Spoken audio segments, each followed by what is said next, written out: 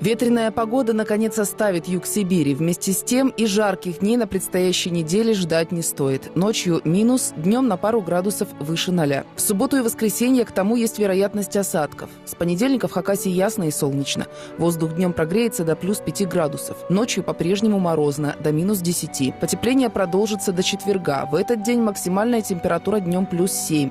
Ночью тоже теплее, минус 6 ниже 0. А вот в пятницу снова похолодает. Среднесуточная температура будет минус 1, плюс 1. Возможны осадки.